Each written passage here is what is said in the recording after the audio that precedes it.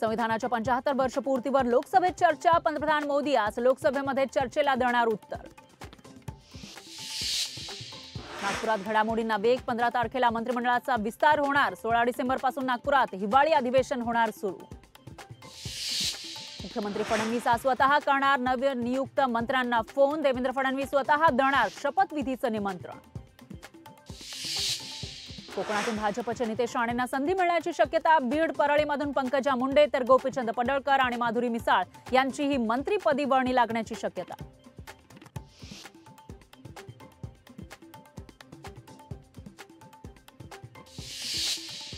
पुण्यातील 8 आमदारांना मंत्रिपदाचे वेध। पुण्यामध्ये कोणाला मंत्रिपदाची संधी मिळणार यासह मंत्रिमंडळ विस्ताराकडे संपूर्ण महाराष्ट्राचं लक्ष। रस्त्यावर हत्या मात्र राजा उत्सवात मग्न। बहुमत असलेलं सरकार राज्य चालवू शकत नाही। संजय राऊत यांचा महायुतीवर हल्लाबोल।